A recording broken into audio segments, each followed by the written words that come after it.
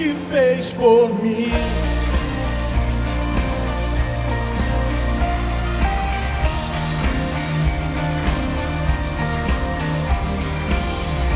Traz a ordem, meio ao caos, toca o órfão, livra do mal. O Rei da Glória, o Rei da Glória, governa o mundo, tua justiça, como o sol, tua face brilha. O Rei da Glória, o grande Rei dos Reis. Oh, que tremenda graça, oh, que infalível amor, tomou o meu lugar, a minha cruz levou, você deu sua vida, estou liberto enfim. Oh, Jesus, eu canto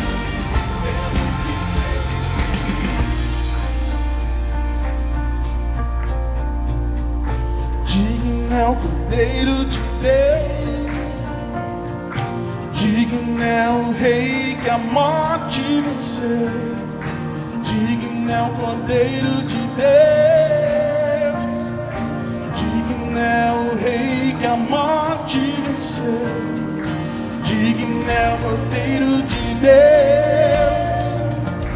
digno é o Rei que a morte venceu, digno é o Cordeiro de Deus, digno, digno, digno.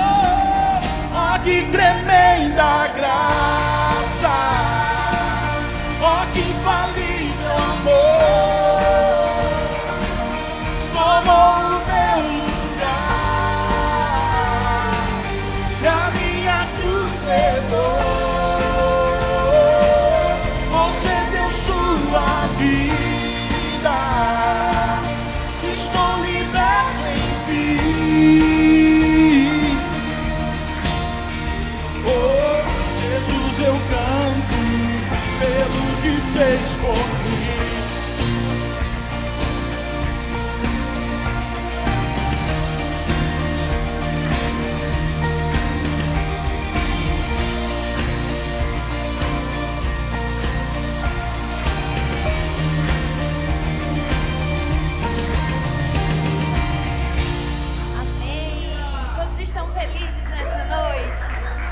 Quantos estão gratos pela presença do Senhor? Aleluia, como o Senhor é bom, como o Senhor é maravilhoso. Que você continue nesse mesmo espírito de gratidão ao Senhor, amém?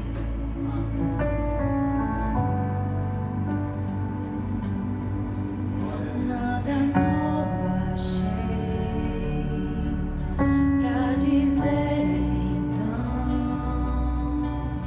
como expressar minha gratidão. Posso até cantar alguma canção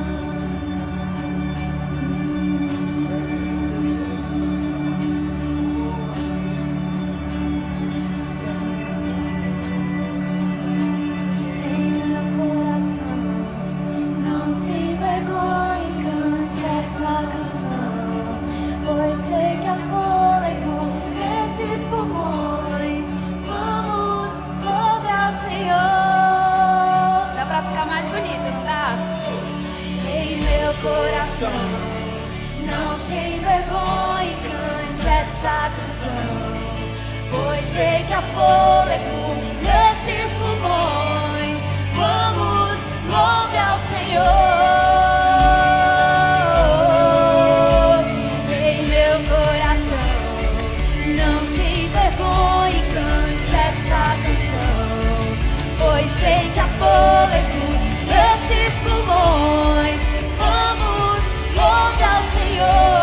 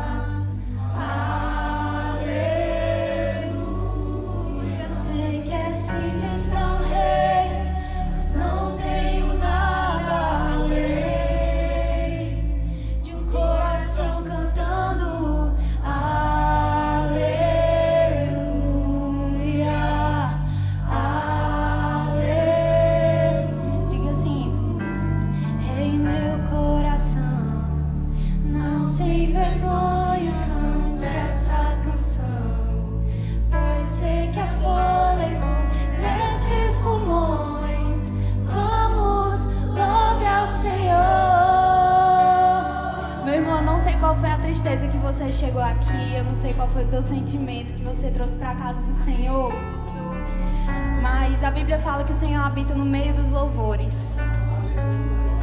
Eu tenho certeza que conhecendo a bondade e a presença majestosa do nosso Deus, se você soubesse um lugar onde Ele está, você correria até Ele, não correria?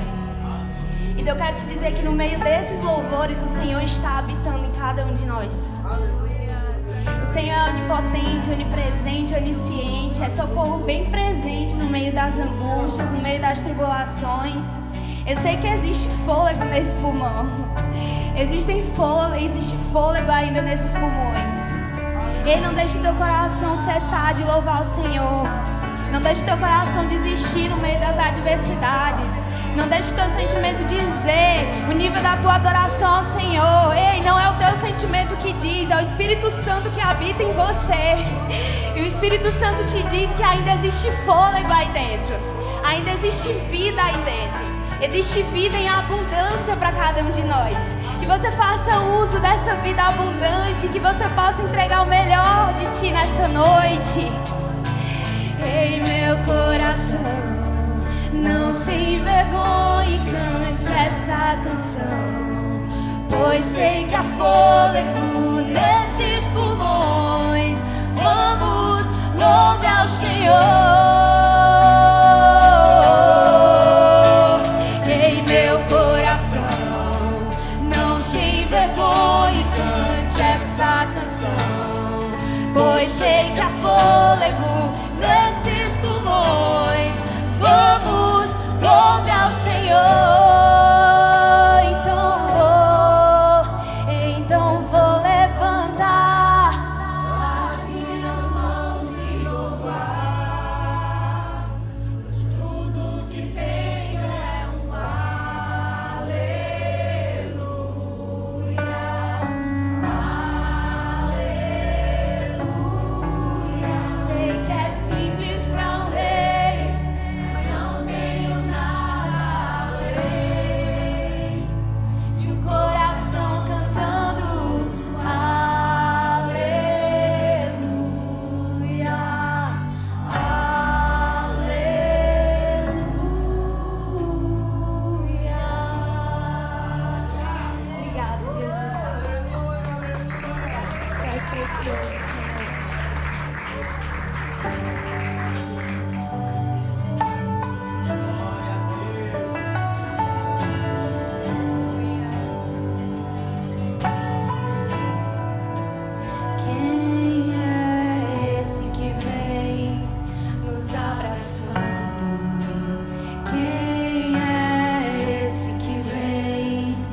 nos constrangendo com o olhar.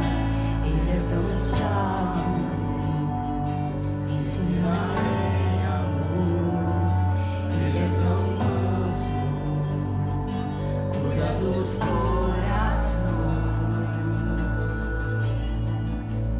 Quem é esse que vem nos abraçando? Quem é esse que vem nos constrangendo com o olhar?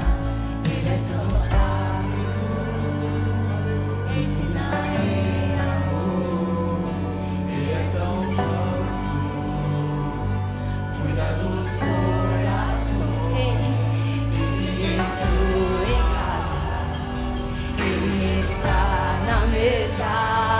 Ele nos observa e sabe que o esperamos. E ao partir o pão, os nossos olhos se abrem e reconhecemos quem tu és. E ao som da tua voz, os nossos corações queimam de amor, queimam de amor. E ao partir o pão, e ao partir o pão, os nossos olhos se abrem e reconhecemos quem tu és. E ao som da tua voz, os nossos corações queimam de amor, queimam de amor. Nós arrumamos a casa, perfumamos ela toda, nós preparamos a mesa.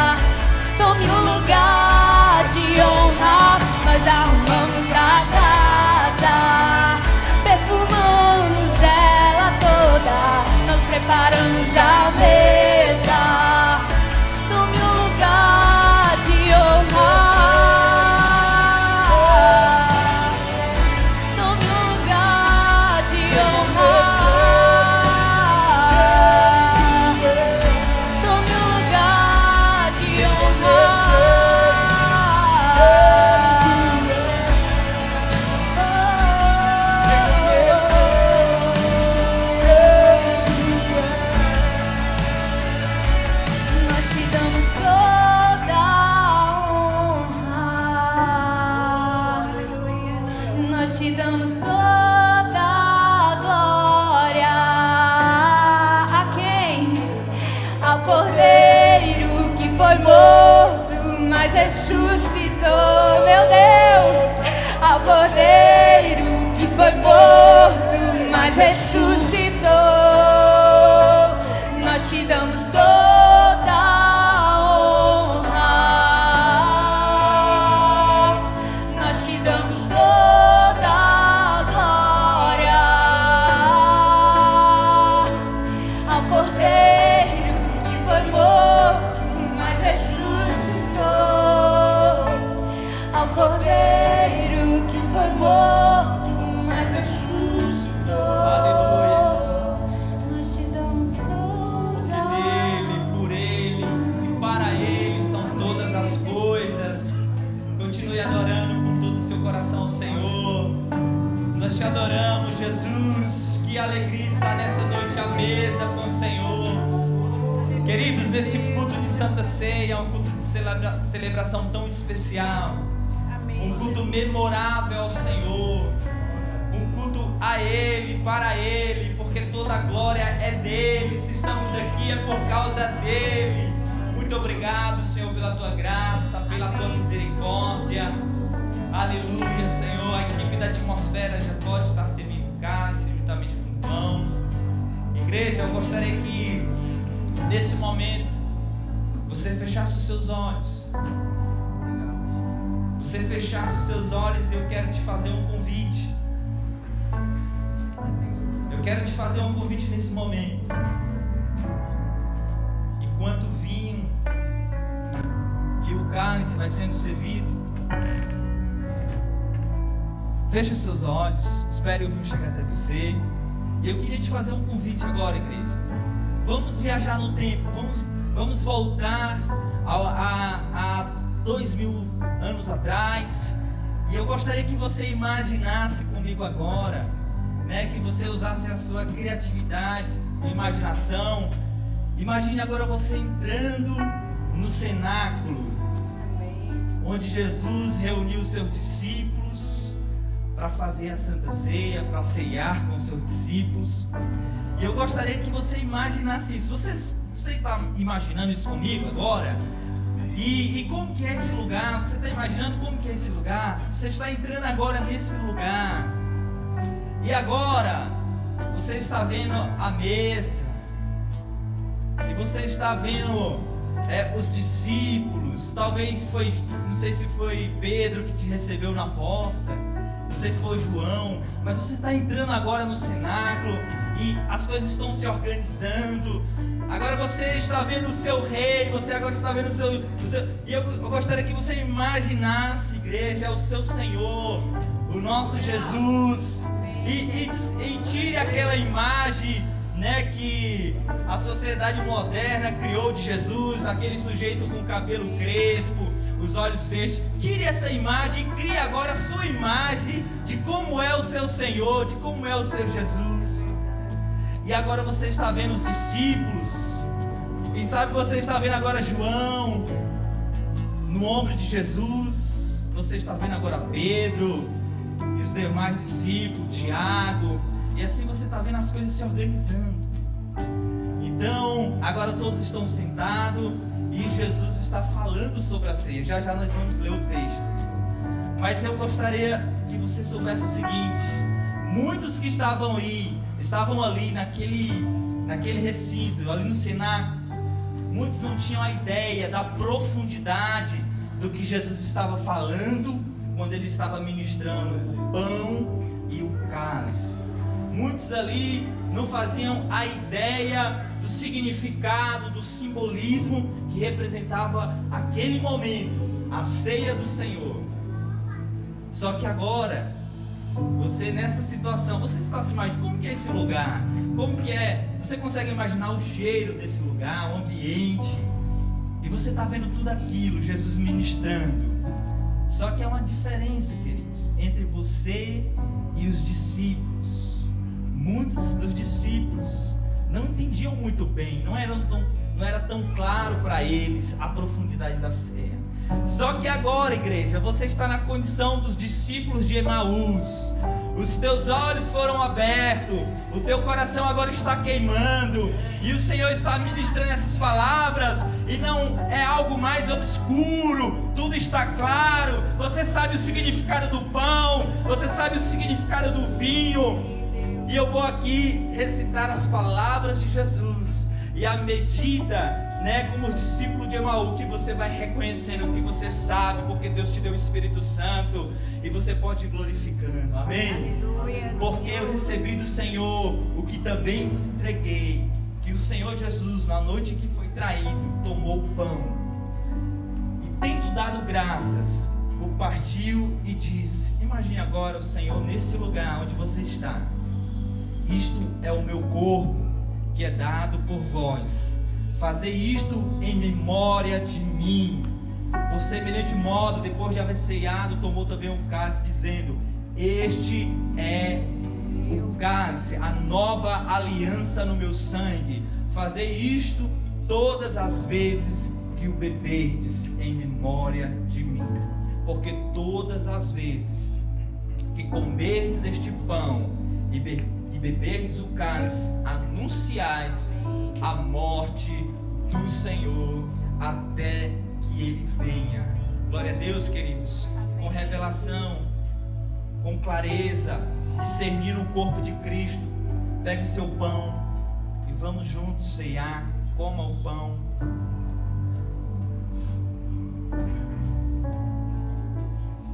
Em memória do Senhor.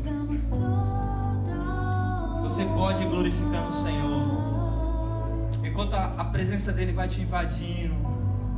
Ah, Jesus, muito obrigado, Deus, pelo teu corpo, porque nós sabemos, ó Deus, que o Senhor é o pão vivo que desceu do céu. O Senhor é o nosso sustento, o Senhor é a nossa vida. Aquele que tem um filho tem a vida. Nós só temos vida em ti, Jesus.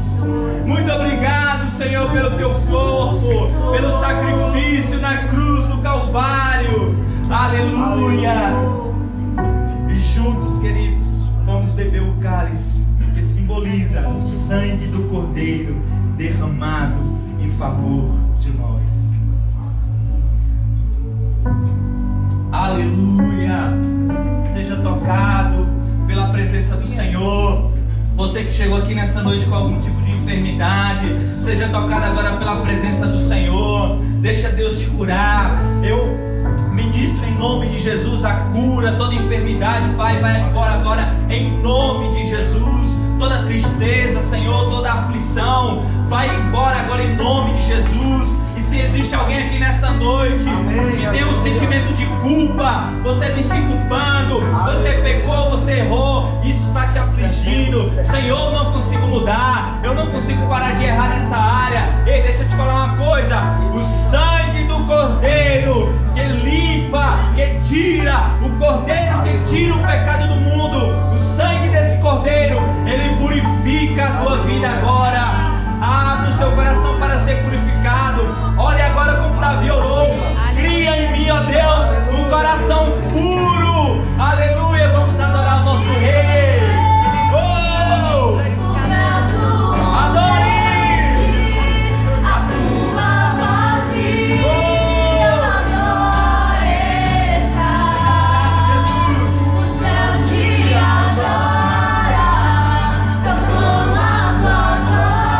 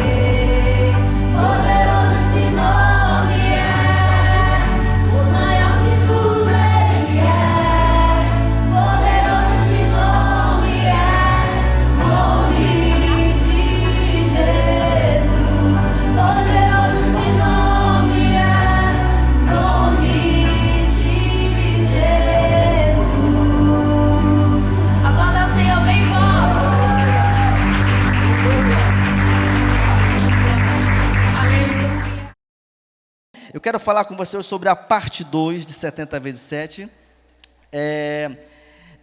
Eu quero usar como introdução hoje uma síntese do que eu falei na semana passada, tá bom? Então, eu sei que talvez algumas pessoas não vieram na semana passada, estão aqui no culto hoje, ou então você que está pelo YouTube e não nos assistiu, você pode ir na Paz João Pessoa no YouTube, tá bom? E você vai estar nos acompanhando, no nome de Jesus. Mas eu falei domingo passado que é possível perdoar. E essa não é uma axiologia, é uma afirmativa. Por que é uma afirmativa? Porque ela é bíblica. A gente agora percebe que o diabo, ele é especialista em colocar mentiras no coração das pessoas, colocar mentiras na mente das pessoas. E uma dessas mentiras a gente entende que chama-se sofisma. O que é sofisma? São inverdades que o diabo começa a colocar geralmente na primeira pessoa. A pessoa fala o seguinte: eu não consigo ser próspero, eu nasci para ser miserável. A pessoa fala isso aí às vezes, ela pensa aí. Ou então alguns pensam, algum sofisma, casamento para mim não dá certo. Toda vez eu sempre vou ser assim, vai ser um sufoco, uma luta, divorcia, não divorcia. São sofisma. Ou então o sofisma: eu nunca vou conseguir me libertar desse vício, eu nunca vou conseguir me libertar da pornografia, eu nunca vou conseguir isso, eu não consigo. Isso é sofisma. E um deles é o seguinte: a pessoa fala, eu não consigo perdoar. Ela coloca isso na mente dela, eu não. Na verdade ela fala eu na primeira pessoa, mas o diabo está falando para ela: olha, você não consegue, você é um fracassado. E a gente falou domingo passado que é possível perdoar. Amém, queridos? Nós falamos também domingo passado que Paulo disse aí, olha, tudo eu posso naquele que me fortalece. Diga assim comigo: tudo eu posso em Jesus, que me fortalece. E quando Paulo fala tudo, no grego é a completude, é um macro. Né? Abrange tudo, inclusive perdoar. Então quero declarar para você nessa noite que você pode ser feliz, amém? Você já é feliz, amém? Você já perdoou, amém? Você já é próspero, amém? Você já venceu esse pecado, amém? Então não aceite sofisma do diabo na sua mente. Quem está comigo, diga aleluia. Eu também falei domingo passado que muitas vezes o perdão, ele é unilateral. O que é unilateral? Eu decido perdoar, no entanto, a outra parte, de alguma forma, ela não recebe o meu perdão, ou então essa pessoa não libera o coração para poder perdoar. Então, olha só o que Paulo falou aí em Romanos capítulo 12, versículo 18. Isso aqui é só uma reprisa do que nós falamos domingo passado. O que ele falou, Paulo? Diga assim comigo: se possível, quanto depender de vós, tende paz com todos os homens. Quando Paulo fala isso aí, eu gosto dessa palavra quanto. Quanto. Essa palavra quanto expressa um valor a ser pago. Sim ou não, gente? Mas o Watson, que valor é esse na esfera do perdão? É o valor do orgulho. Não foi eu que errei. Se quiser, vem. Eu não vou pedir perdão, não. O pastor Ebe ensina algo interessante que, para quem é casado, independente de quem errou, o primeiro que corre para pedir perdão, ele fala que é o mais espiritual. Então, o quanto muitas vezes exige de mim o quê? Renúncia. Exige de mim, entendeu? Me humilhar.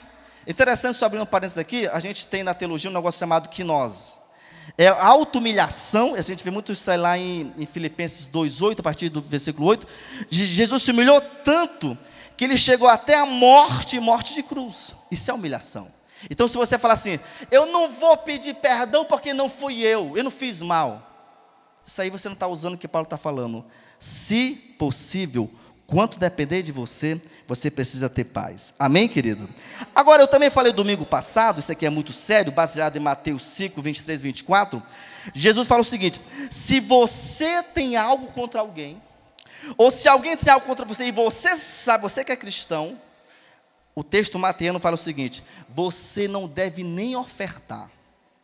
Eu falei domingo passado, vou falar de novo agora. O pastor geralmente não fala isso, viu, gente? Mas eu falo. Se você tem algo contra alguém, você é membro dessa igreja aqui, se alguém tem algo contra você e você sabe, por favor, não dê um centavo para essa igreja. Não dê. Por quê? Você está sendo radical? Não, Jesus falou, se você sabe que alguém tem alguma coisa contra você, você não pode ofertar. Agora, eu também vou falar ao outro lado da moeda. Você não vai continuar no segundo erro, né, gente? Primeiro, o erro de estar de mal com alguém, ou então uma pessoa de mal com você, e o segundo erro, incorrer e não ofertar na casa de Deus. Então, o X da questão não é que você não deve ofertar, mas é que você deve priorizar o quê? A questão da reconciliação. E se você não fez isso ainda, segura sua oferta até você se reconciliar com essa pessoa. É isso que Jesus fala. Eu também falei domingo passado, por que a gente deve perdoar? Então, eu elenquei para os irmãos aqui, pelo menos 3 justificativos pelas quais a gente deve estar amparado nelas. Primeiro é o seguinte, é que se eu não perdoar os meus ofensores, a Bíblia diz que eu não serei perdoado. Mateus 18:35. Ou seja, o meu perdão a alguém está intrinsecamente elencado ao meu processo salvífico. Se eu não perdoar, eu não vou ser salvo. Jesus que falou, gente. Segundo, por que eu tenho que perdoar? Porque quando eu perdoo as pessoas que estão ao meu lado, a minha família é beneficiada. Já pensou o genro intrigado com a sogra? Como é que fica a esposa, ou então o marido? Meu Deus, e agora? Eu fico no meio entre a cruz e o punhal. Quando as pessoas se perdoam, que bom, harmonia familiar. Estão comigo aí? Terceira justificativa, porque quando eu perdoo, eu sou mais feliz, eu sou mais alegre, eu sou mais saudável. Quem é feliz aqui? Quem é alegre aqui? Quem é saudável aqui? Então você é porque você perdoa. Mas eu quero contar uma historinha para você aqui. Eu gosto de contar história, aprendi com Jesus. Jesus relatou pelo menos 40 parábolas no Novo Testamento, né? E eu gosto de uma história que diz que tinha um homem rico e soberbo. Observe, não é que todo rico é soberbo. Este, porventura, era rico e soberbo. Existem pobres arrogantes demais, e existem ricos extremamente humildes. Vamos só separar as duas coisas. Mas nessa minha história aqui, esse homem era rico e soberbo, ao ponto que ele prepara uma cesta de lixo e manda entregar na casa de um pobre. O pobre recebe aquilo ali, olha, esvazia a cesta, limpa, coloca flores cheirosas e perfumadas e devolve na correspondência do rico. O rico recebe e acha aquilo estranho. Aí ele indaga, mas por que você me deu flores se eu te mandei lixo? O pobre, sorridente, calmo, sem elevar a voz, fala o seguinte: meu caro amigo, cada um de nós dá o que nós temos no coração. Ponto final. Deixa eu lhe perguntar, o que você tem dado para as pessoas? O que você tem enviado na vida das pessoas? Qual das duas cestas? A primeira de lixo ou a cesta de flores? Como é que é o seu relacionamento no dia a dia com as pessoas? Você transmite um cheiro, um ar leve, harmonioso, ou é lixo, é tóxico, é pesado? Como é que você lida? Diga assim comigo: eu sou, nessa história, o pobre. Mas diga, mas eu sou rico. Em nome de Jesus. Agora, falando ainda sobre domingo passado, só introdução ainda, o que acontece se eu não perdoar? Primeiro, eu falei domingo passado que a gente está desobedecendo a palavra de Deus. E uma vez que eu desobedeço, nós abrimos brechas para muitos problemas, não é isso? Foi feita uma pesquisa, pode colocar no telão, por favor. Um chefe de um grande hospital inglês falou o seguinte, que ele poderia dar alta para metade dos pacientes dele, se ele tivesse certeza que os seus pacientes tinham liberado perdão. Ele chegou à conclusão que 50% das pessoas que estavam ocupando algum leito daquele hospital eram pessoas que tinham sintomas de doenças, como por exemplo psicossomáticas, oriundas da falta de perdão.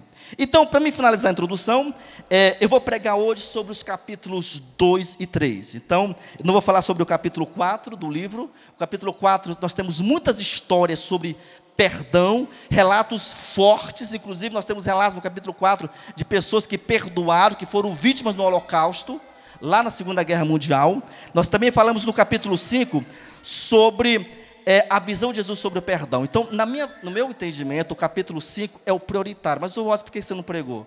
Eu não senti de pregar ele. Vou falar sobre o 3 e o 4, e você depois pode ler o 4 e o 5, em nome de Jesus. Vou falar sobre o 2 e 3, na verdade, tá bom? Mas eu quero falar com você hoje sobre, diga assim comigo, você foi perdoado e agora perdoe. Agora fala de maneira personalizada, diga assim, eu fui perdoado e agora eu vou perdoar, em nome de Jesus. Eu quero ler com você um texto paulino, 2 Coríntios capítulo 2, vamos estar lendo 2 versículos só, os versículos 10 e 11. Vou ler na NVI para vocês aqui agora. Paulo vai dizer o seguinte, pode acompanhar no telão também. Se vocês perdoam alguém, eu também perdoo, ele fala. E aquilo que perdoei, se é que havia alguma coisa de perdoar, perdoei na presença de Cristo. Eu quero parar por aqui. Observe que toda vez que eu perdoo alguém, eu estou diante do Senhor. Quem está comigo aí? Deus está te olhando. Da mesma forma, quando eu não perdoo, Ele também está o quê? De olho. Aliás, quando eu vou lá para Provérbios capítulo 15, versículo 3, fala o seguinte, os olhos do Senhor estão em todo lugar, contemplando o quê? Os maus e os bons. Então Paulo fala o seguinte, olha, eu perdoo vocês na presença de Deus. Ele tinha certeza que Deus estava olhando ele. Mas ele fala o seguinte, por amor a vocês, diga assim comigo, por amor a vocês. O pastor me fala, eu citei domingo passado no livro dele, que o caminho do amor é pavimentado pelo perdão. Diga assim comigo, o caminho do amor é pavimentado pelo perdão. Então olha só, logo, se eu não amo as pessoas, como Deus me ensina, dificilmente eu vou perdoá-las. Agora, se eu amo as pessoas, como a Bíblia me ensina, eu não vou segurar rancor. Por quê? Porque o amor me faz perdão. Agora, Paulo continua o seguinte, a fim de que Satanás não tivesse vantagem sobre nós, pois não ignoramos as suas intenções. Eu quero elencar 2 situações aqui. Paulo fala o seguinte, olha, se eu não perdoar, o diabo vai ter vantagem na minha vida. Eu falei aqui, alguns domingos atrás, eu preguei 2 domingos sobre fruto do Espírito, 2 domingos sobre obras da carne, e 3 domingos consecutivos sobre fruto do Espírito. Vocês lembram que lá de Efésios 5,16 fala o seguinte, que existe uma militância da carne contra o Espírito. Quem lembra desse versículo aí? Paulo fala o seguinte, olha, porque eles são opostos entre si, para que não façais o que seja do vosso querer. Então, observe, existe no mundo espiritual, gente, uma luta entre o que Deus me ensina a fazer e entre aquilo que o meu coração diz para mim fazer. Agora, então, diante dessa luta, quando eu sou magoado, ou alguém me machuca, e eu começo a ficar com mágoas e rancor, e tristeza e frustrações, Paulo diz o seguinte, olha, o diabo está ganhando na luta. É um jogo, a vida é um jogo. Nesse jogo, o diabo está ganhando. Agora, por que Paulo fala isso aí? Porque ele termina falando o seguinte versículo, olha, pois não ignoramos as suas intenções. A gente não deve ter medo do diabo. Amém, queridos? Você não deve ter medo do diabo, não. Mas também não subestime o que ele pode fazer na vida de alguém que não perdoa. Ter medo é uma coisa, e não antenar os princípios bíblicos é outra coisa diferente. Agora, é interessante, que às vezes a gente que está liderando as pessoas, as pessoas falam o seguinte, olha, eu não tenho sentido da presença de Deus, às vezes eu oro, mas eu não tenho vontade de ler a Bíblia, tenho uma vontade de sair da igreja. Você conhece pessoas assim? Já ouviu falar?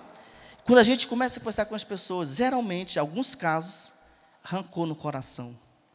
Triste com o marido, triste com o filho, triste com a vizinha, triste com o pastor da igreja, triste com o patrão. Aí começa o quê? Aquilo começa a esvair a espiritualidade da pessoa. Eu gosto muito do que Paulo fala, onde até a gente usa extremamente esse texto aqui na ceia, 1 Coríntios 11, 28, Paulo fala o seguinte, olha, examine-se, pois o homem é a si mesmo.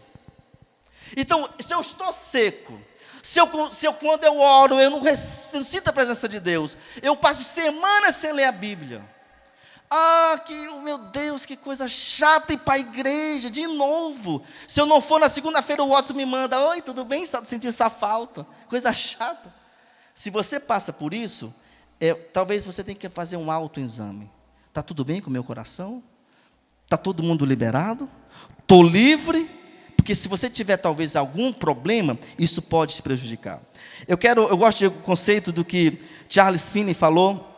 Ele falou o seguinte: olha, é impossível recebermos avivamento, sermos batizados com o Espírito Santo, sem acertarmos a vida com Deus e os outros. Charles Finney foi um grande homem de Deus. Ele chega a essa conclusão: eu não consigo viver no avivamento. Quem quer avivamento aqui, queridos? Amém? Ele falou o seguinte: olha, eu não consigo viver esse avivamento, nem ser cheio pelo Espírito Santo, se eu tiver problema com alguém. É um bloqueio. Não consegue. Ralph Emerson falou o seguinte: que a cada minuto que você passa com mágoas, você perde 60 segundos de felicidade. Diga assim: eu nunca mais vou perder 60 segundos de felicidades. Josué Gonçalves falou o seguinte: entre ter razão e ser feliz, decida ser feliz. Isso aqui é para tudo, principalmente no contexto de casamento. Um acha uma coisa, outro acha outra coisa. Muitas vezes, deixa a razão para lá, eu quero agora a minha felicidade. Porque enquanto eu busco essa razão, a infelicidade vai se avolumando e depois a gente não consegue comportar ela dentro da casa. Paul Bowles falou o seguinte: o perdão não muda o passado, mas amplia o seu futuro. Então, quando eu perdoo, gente, eu tenho uma possibilidade muito grande de ter um futuro mais feliz, mais abençoado, mais cheio do Espírito Santo, mais cheio de graça. Amém, queridos? Então, por isso que é importante se perdoar. Agora, o segundo ponto de hoje é o seguinte: não revide, perdoe. Diga assim para quem está do seu lado: não revide. Diga assim: perdoe. Olha o que Jesus fala aqui, olha. A Bíblia diz lá em Provérbios 20, versículo 22, diz o seguinte: não digas, vingar-me-ei do mal. Espera pelo Senhor e Ele te livrará. Espera pelo Senhor. Não diga, eu vou me vingar. Você fez o mal comigo? Vou fazer igualzinho, porque eu sou da lei mosaica. É olho por olho, dente por dente. Quer dizer, isso não vale mais hoje.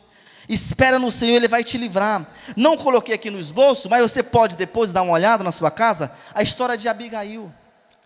Uma mulher santa, casada com um homem chamado Nabal. Nabal quer dizer maldade, nécio. Fez um grande mal. Aí, eu não vou contar muita questão, você pode ler depois. Mas Davi fala o seguinte: olha, eu vou matar esse cara, que era marido de Abigail. Ela chega lá, se humilha. Ela fala: olha, Davi, está tudo aqui. Está aqui os carneiros, está aqui os pães, está tudo aqui. Está aqui o azeite. Não faça o mal. A Bíblia diz que com pouco tempo, aquele homem tem um ataque cardíaco e morre. Não precisou Davi sujar as mãos com sangue, gente. Então, não se vingue diante daquilo que as pessoas falam. Deixa, que a Bíblia diz que o nosso Senhor é que vai nos livrar. Agora, um exemplo também aqui que eu quero contar para você, de pessoas que perdoaram. Primeiro é Davi, diga assim comigo: Davi. E aí eu gosto muito, você pode também ler na sua casa, 1 Samuel capítulo 24. O contexto é o seguinte: quando você vê os capítulos anteriores, Davi tinha derrubado Golias, tinha sido aclamado como um grande herói em Israel, era um homem que estava na mídia, o YouTube lá em cima, estourado, e agora o seu líder começou a ter uma dorzinha nessa parte daqui, gente, ó. Alguém conhece? Dorzinha aqui, ó, uma tristeza. Por que esse jovem aí agora é o cara de Israel e a minha fama está sendo ofuscada? E aí o que acontece? Saul começa a perseguir Davi, por várias vezes. Algumas vezes Davi estava no recinto tocando para ele aquela harpa, e ele jogava a lança, e o cara se esquivava. Quantas vezes? Quando eu analiso o 1 Samuel 24, Saul, ele escolhe, a Bíblia diz que ele escolhe, diga assim comigo, 3.000 homens. Gente, 3.000 homens, os caras mais fortes, os soldados mais experientes, mais habilidosos, 3.000 homens. Para quê? Para matar Davi. E o que acontece? Eu estou falando sobre você esperar que Deus te livre, você não se vingar. A Bíblia diz que tinha uma caverna, Davi estava lá no final da caverna, com alguns homens, alguns colegas, ele andava também com o seu bando. E a Bíblia diz que o Saul entra para aliviar o ventre. Eu não vou explicar para você, tá? Porque aliviar o ventre. Você dá uma gugada, depois você vai saber, por favor, tá? Ele entra lá e depois de algum tempo, a Bíblia diz que Davi consegue chegar até Saul e corta um pouco da sua veste na parte inferior. Saul sai da caverna. Depois logo Davi sai da caverna e depois ele grita: Saul, meu senhor! Quando ele grita, Saul ouve e fala assim: é você, meu filho Davi. Ele fala: olha, rei. Ele mostra: eu tive a chance de te matar hoje. Aliás, os amigos de Davi falam o seguinte, que às vezes o crente tem um negócio que tudo é Deus, né? Tudo é Deus e o diabo, nós não fazemos nada, Deus é culpado, o diabo é culpado de tudo. Aí os crentes falam o seguinte lá: Davi, Deus te entregou Saul na tua mão, mata agora, vamos aniquilar o cara. O que Davi falou? Nunca eu tocaria no ungido do Senhor. A Bíblia diz que quando Davi fala o seguinte: olha, rei, eu não te matei, eu não quis te matar, eu tinha tudo para te matar. A Bíblia diz que Saul chora. Irmão, já pensou, Austin? 3.000 soldados, o cara começa a chorar de tristeza e amargura, vendo o coração cheio de rancor, de maldade, por nada, sem nexo, não tem lógica. Eu não vou contar aqui a história toda, mas no final, Saul está numa guerra e Jonatas, seu principal filho, morre, e ele fica acuado pelos inimigos, ele pega uma espada e se mata. Não precisou Davi sujar as mãos. Quem está comigo aqui? Outro exemplo também é Jesus, queridos. Olha só, veja comigo aí na tela, Lucas capítulo 24, versículo 34, fala o seguinte: Jesus disse: Pai, vamos ler junto? Pai,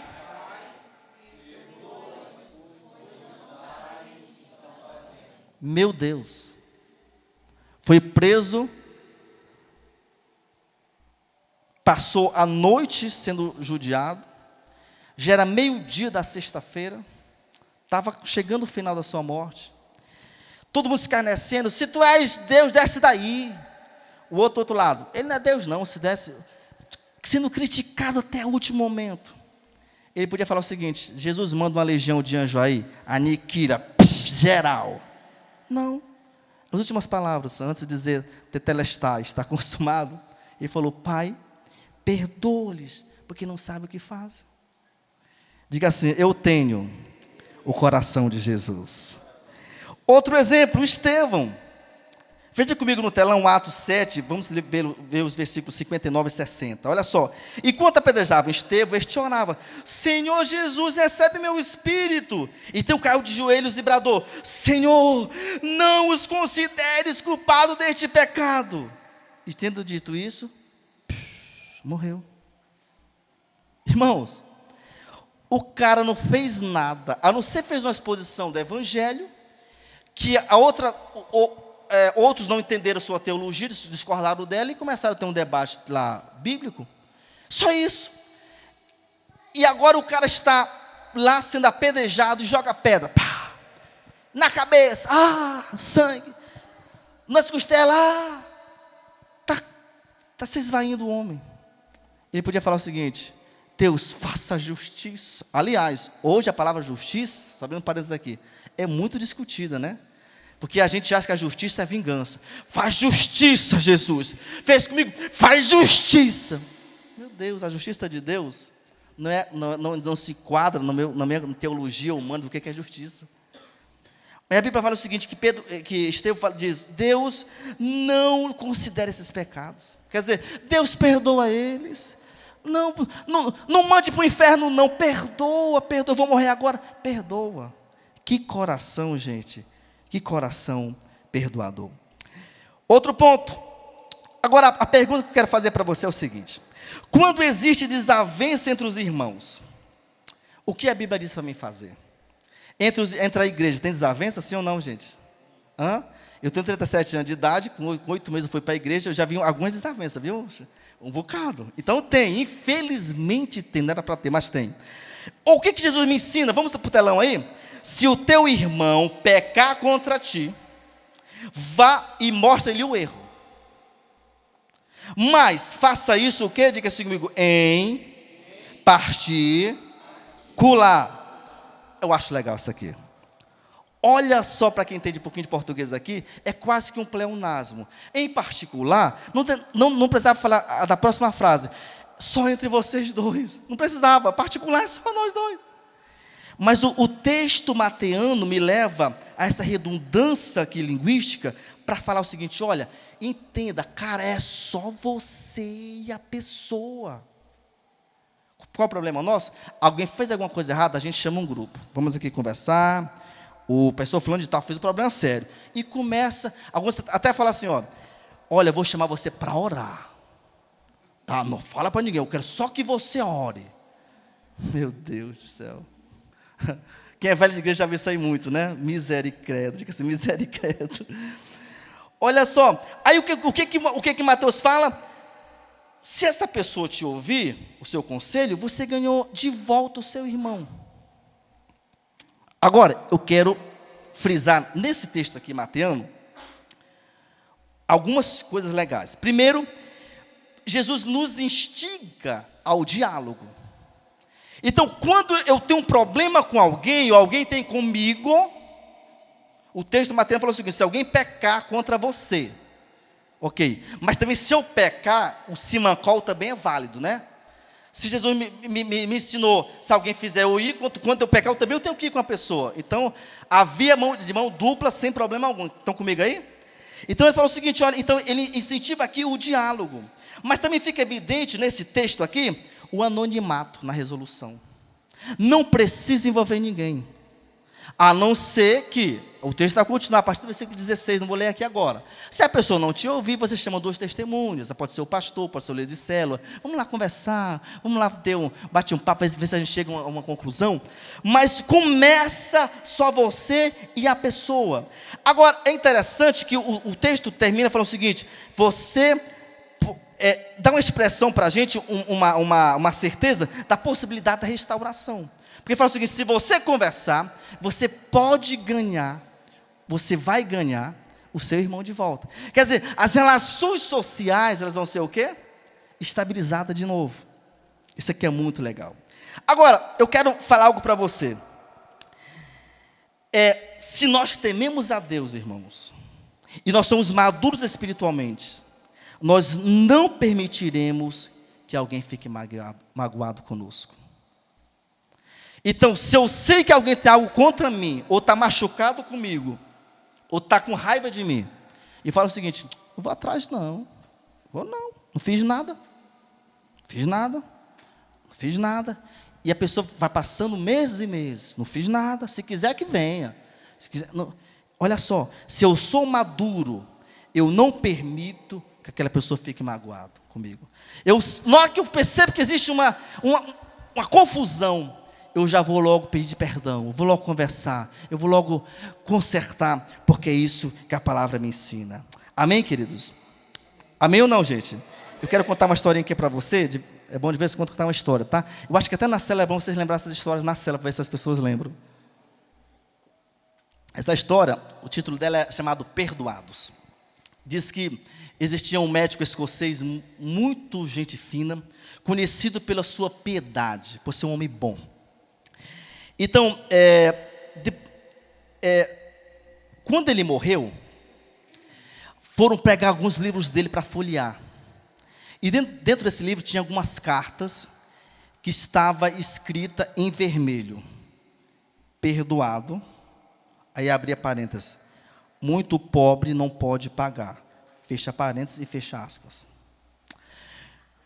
Quando a viúva viu aquilo ali, ela falou: não, eu vou atrás. Está devendo, eu vou atrás. Não quero de jeito nenhum, vou atrás. E ela faz o quê? Ela constitui um advogado. Então ela faz uma ação judicial contra aqueles devedores. E aí tem o dia da audiência. E na audiência o juiz indaga o seguinte: senhora, esta frase de caneta vermelha é do seu marido? Foi ele que escreveu? É a letra dele? Ela fala sim. Ela foi honesta. Sim.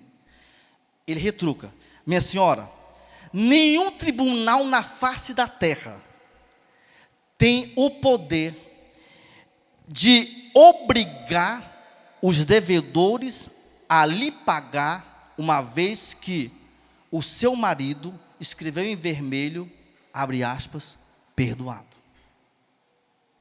Eu gosto dessas histórias porque na Bíblia é muito comum essa analogia do noivo, do marido com Jesus e da noiva com a igreja. Então, vamos usar essa analogia que o que acontece? Que Jesus é a tipologia desse marido. Então, ele já escreveu em vermelhos, com sangue, perdoado, para mim e para você. Amém ou não, gente? Então, uma vez que ele fez isso, não adianta a noiva dizer o seguinte: não perdoo não, quero justiça, não vou atrás não vou não. Não adianta, porque quando eu for para o tribunal celestial, ele vai falar o seguinte: olha, o marido escreveu em letras vermelhas, perdoado. Então nós temos que entender a importância do perdão. Veja comigo no telão agora: pessoas ferem porque são feridas. Diga comigo: pessoas ferem porque são feridas. Queridos, isso aqui é muito interessante. Eu gosto quando João escreve ao seu possivelmente discípulo Gaio, no versículo 2 de 3 João, ele fala o seguinte: amado, acima de tudo, faço votos por tua prosperidade e saúde. Diga assim comigo: assim como é próspera a tua alma. Meu Deus do céu. Que Deus me ajude, que um dia o pastor Sandro me liga, manda assim um zap: Watson,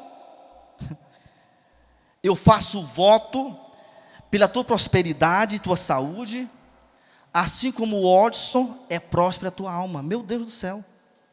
Era o líder dizendo o seguinte: olha, sujeito, você é um sujeito de alma boa, você é uma pessoa de boa índole, você é uma pessoa do bem, você é uma pessoa com coração bom. Isso que João estava dizendo para Gaio. Agora, gente, eu falei o seguinte: pessoas ferem porque são feridas. Isso aqui é entendível. Agora, qual é o problema de nós que fomos feridos no passado? E a gente não foi curado ainda. Qual é o problema? É que eu uso sempre isso como uma desculpa. Não, eu fui ferido. Não, eu sou assim porque eu fui ferido. A minha infância foi uma desgraça. Não, eu fui isso. Eu trago o passado para o presente e me apoio naquilo como se fosse um encosto, para dizer o seguinte: eu vou continuar sendo assim. Quer dizer, se eu fui maltratado, se eu fui ferido, eu tenho que decidir em Jesus receber a cura, gente. Amém ou não? Para que eu possa não usar isso como artifício defensivo e até persuasivo, de não, eu vou só assim porque eu já passei por muita coisa ruim na vida. Então isso é muito sério. Nós falamos também nesse capítulo 3, sobre o que nós intitulamos no livro, sobre o DDD do perdão. O primeiro D é o seguinte: para perdoar, eu preciso desejar. Diga assim: para perdoar, eu preciso desejar. Se você não quiser, meu Deus do céu, é impossível, gente. Você só está aqui hoje porque você quer, sim ou não? Pelo menos você está aqui pela fé. Eu digo: eu vou pela fé. Eu vou lá porque eu estou cumprindo isso com Jesus. Mas você está aqui porque você quis. Então, eu não perdoo ninguém se eu não desejar perdoar. Olha só, Jesus só perdoou lá na cruz porque ele desejou. Quando Davi perdoou, ele desejou perdoar. Quando Estevão perdoou, ele quis perdoar, ele desejou, ele falou: olha, está liberado, tá? Deus tem misericórdia. Ele desejou. Segundo D, decidir. Diga assim comigo: eu decido perdoar. Então, eu sou eu sou persuasivo com o pastor Sandro, persuadido, melhor dizendo, e também persuasivo, quero persuadir as pessoas, que o perdão é uma decisão também, pautada na fé, pautada numa espiritualidade, pautada na confiança em Jesus. Eu decido perdoar. O terceiro D é dependência do Espírito Santo. Eu não consigo sozinho. Eu não consigo sozinho. O meu temperamento, eu sou colérico, viu, gente? Talvez colérico e sanguíneo misturado. Bate no liquidificador os dois aí, ó. Talvez dá isso, ou mais. Andresa sabe, né, Andresa? Está comigo há tempo. Mas olha só, para mim me controlar, primeiro eu tenho que desejar, decidir, mas sobretudo, depender de Jesus. Porque se não for Ele, as minhas forças são ínfimes para chegar lá. Quem está comigo aí? Eu quero contar duas historinhas para a gente terminar agora.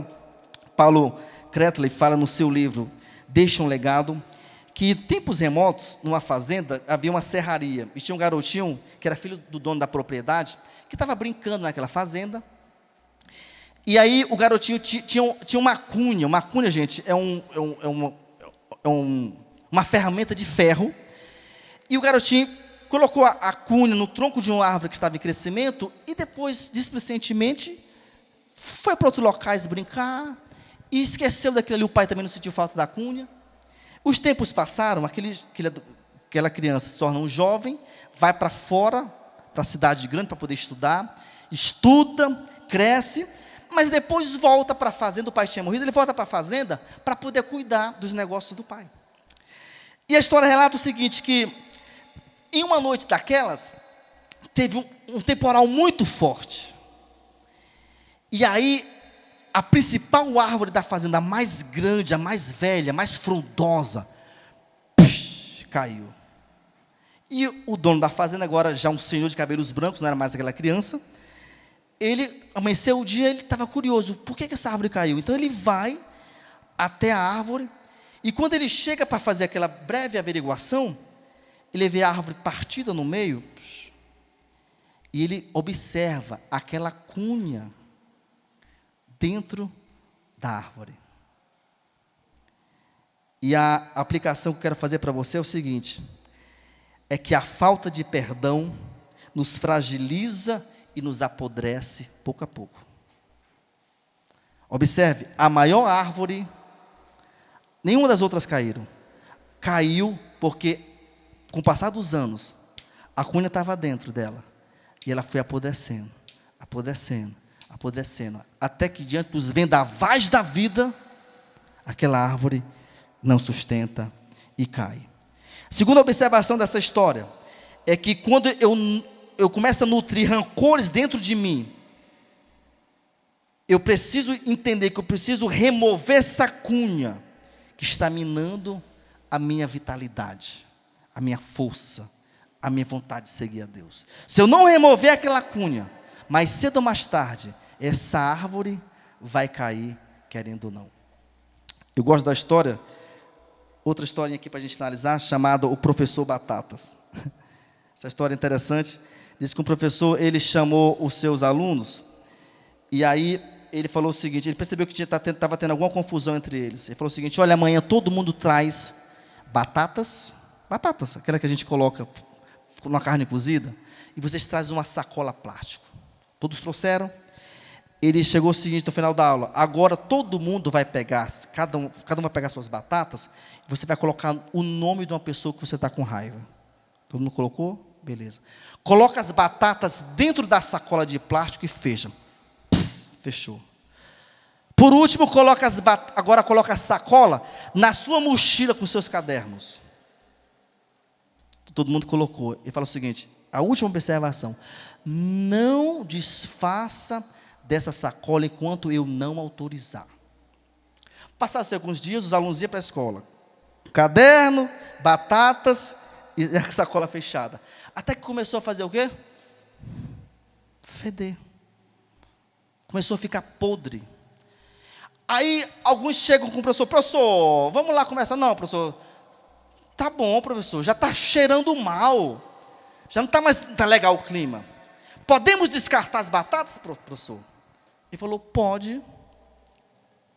Agora, a segunda observação. Aproveite, enquanto vocês estão descartando as batatas, aproveite também para poder perdoar as pessoas que vocês colocaram os nomes lá. Porque senão, vocês descartam as batatas físicas e vocês vão continuar com batatas podres no coração e na mente de vocês. Queridos, essa é a palavra de Deus para nós. Que nós possamos o quê? Ter um coração perdoador, em nome de Jesus. Eu tenho certeza que essa mensagem de domingo passado de hoje não é curativa. Não é para você que está aqui. Pode até servir, mas ela serve como uma prevenção. Ela serve para que você possa, se diante de algum momento eu quero perder as estribeiras, não, eu sei que eu preciso manter o quê? A minha espiritualidade forte com Jesus. Amém, gente? Fique em pé agora, eu quero orar com você, em nome de Jesus.